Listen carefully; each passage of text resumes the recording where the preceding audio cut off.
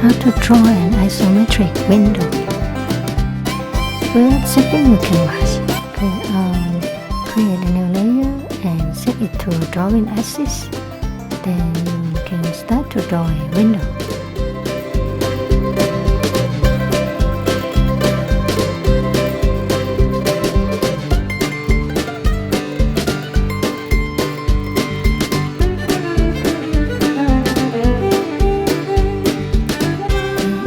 Putting dimension.